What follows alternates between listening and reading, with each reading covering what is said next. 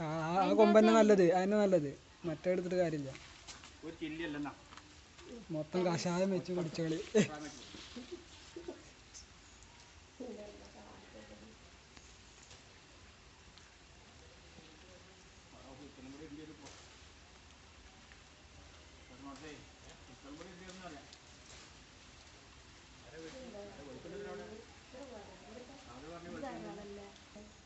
ഇത് ധാരാളമാണ്.